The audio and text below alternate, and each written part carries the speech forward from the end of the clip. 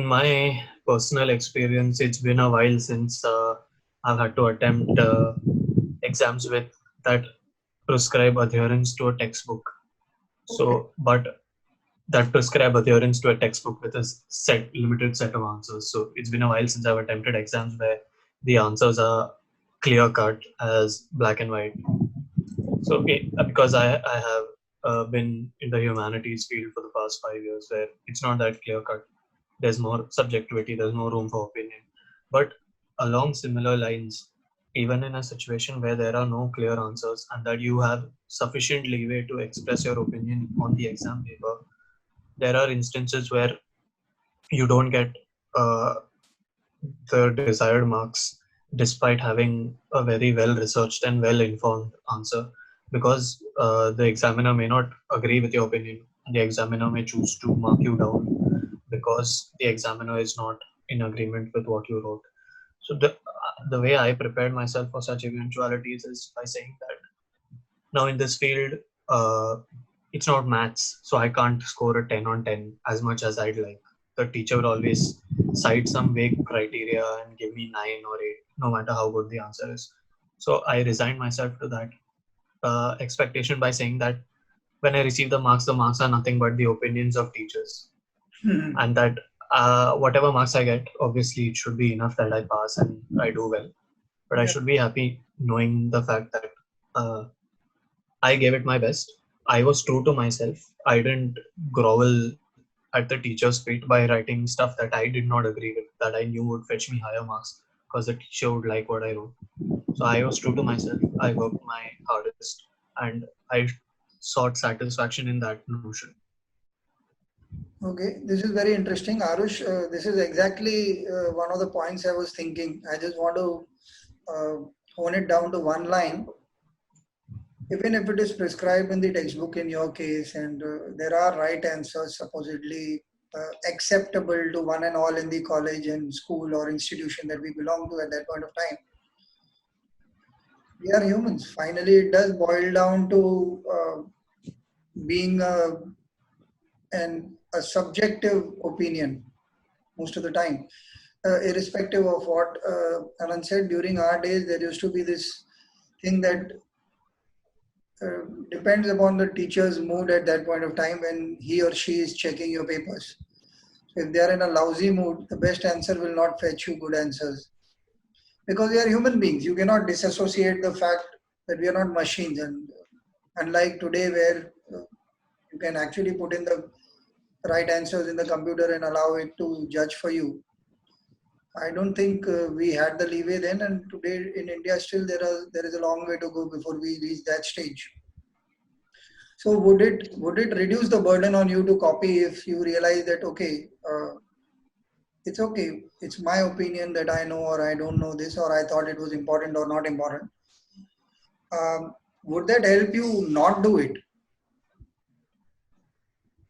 So, considering what Anand spoke about, where his papers are more opinion based and where each answer is different, there's no black and white, I would say that it would be better to simply express your opinion instead of copying. Because if you are attempting such a paper, the examiner wants to know what you think about each questions. They want to see what your perspective is, and they don't want to see something that is written by someone else. They want to see what you think about it. So I think to kind of express your individuality and to kind of express your stance and your uh, opinions and values in such a test, I think it's better to not copy.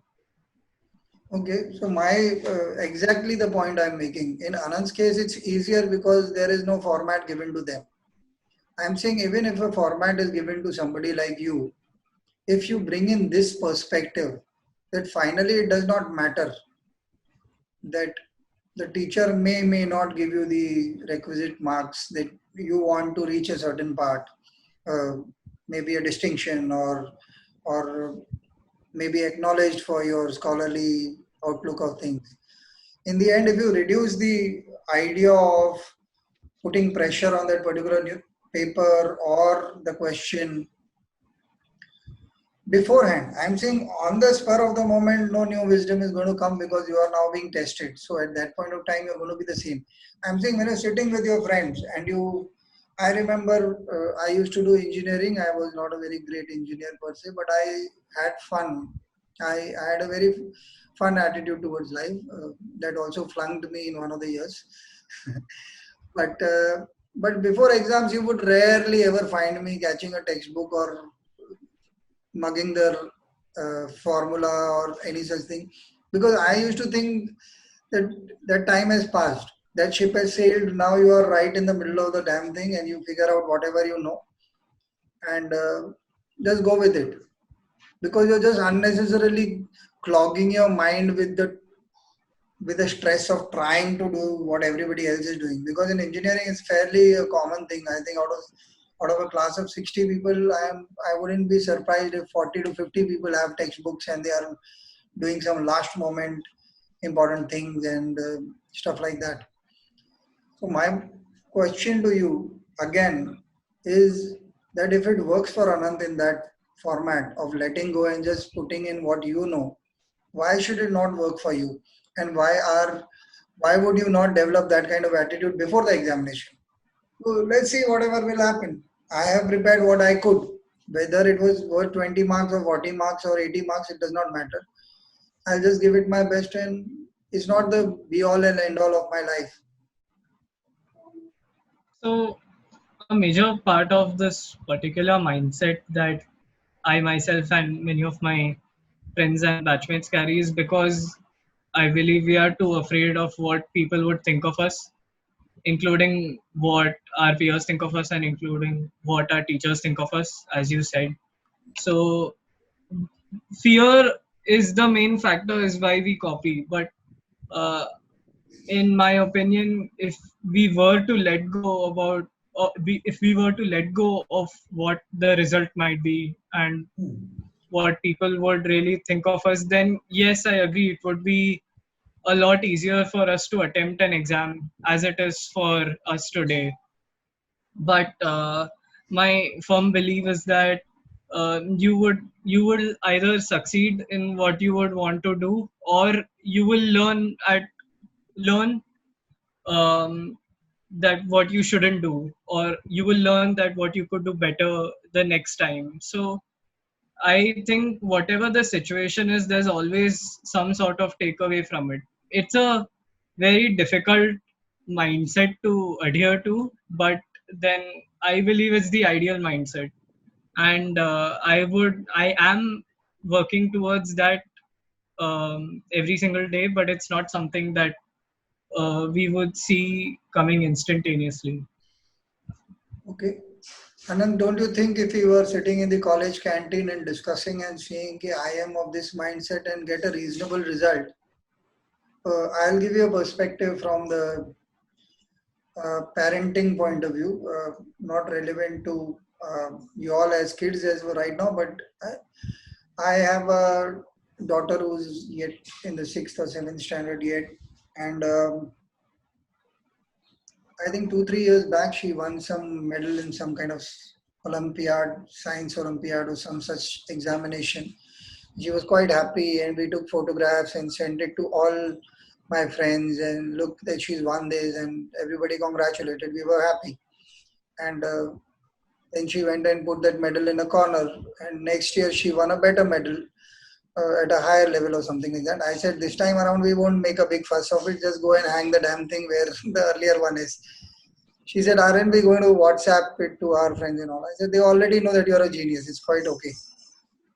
So the idea was not to demean her achievement, but to take away the pressure of even achievement for that matter. That you do not have to. I said, did you have fun preparing for it? She said, yes. I said, that is what matters. We'll see what happens. So my question, Anand, is there a way to bring in a conversation like this among Arush's peer group, where you can make it sound cool, not to get worked up about studies? Obviously, there is a certain, see, we have our genes, what our parents, suddenly once in a rare while, There is an illiterate person whose kid will turn out to be a genius and top the university, but it is not every second person who does that. And again, uh, it is many different factors out of the boundary of this conversation right now. But I am saying normally, if one were to think masses, is it not better that we create a situation, especially in a place like canteen or other places, for informal places where you bring in this conversation rather than formal? In a classroom, you cannot say that from today onwards we are not going to give importance to this exam. Anand, is there a way to look at it?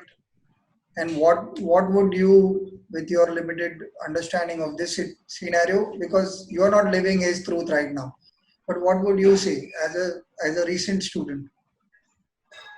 So for for Arush and his peer group, what I'd say is, as they uh, get out of this school setting and they get out into the real world, they'll understand how different it is. Because in this at the school level, whatever board it is, it's a national level system that functions with certain set answers and this and that. So there is a uniformity to how everything functions. But once you go to the college level, each college has its own ethos, its own spirit. So it will differ from place to place. So what again I'd essentially say is your perspective will change in the sense that you learn how to uh, be happy with your individual self. If I were to cite the example that you gave of your daughter, the second time around when she did win uh, the science Olympiad, uh, it became a point where uh, obviously it is good to have praise from others, but you need to draw the fine line and understand that you didn't do it for praise from others. You Oh, enjoyed, as you said, she enjoyed the process. She enjoyed the process of learning, of giving the exam, and a personal sense of satisfaction that my efforts have given fruit. But uh, that should be the primary thing which you'll seek going ahead in life, and that you'll understand that praise from others is only secondary. But even as I say this, I think it is very ideal of me to say that I don't come from a, a, a poorer and illiterate background. But if someone did come from that, for them, praise from others would mean a lot more coming from a community where uh, previously this may not have been experienced. So maybe for them it may mean a bit more. I don't mean to generalize, as you said. Uh, this may be a perspective for the masses. So it's a fine line to draw. Arush, do you think it is worthy of trying this attempt to find some satisfaction within the self? Uh, and I stick to the copying example surely because that to me is just a manifestation on that particular moment. You somewhere did say, okay, I'm afraid of my peers. What would they think if I do not do well in this exam, or my teachers? Uh, is there something that you find in your present college or your present circumstances? Uh, Probably it hasn't started yet. I am unaware of what the scene of your college is. But say there are other things that happen in college when you go and meet other people, when you're part of other activities which are not directly related to your studies, perhaps extracurricular uh, college programs, picnics, hikes, or stuff like that.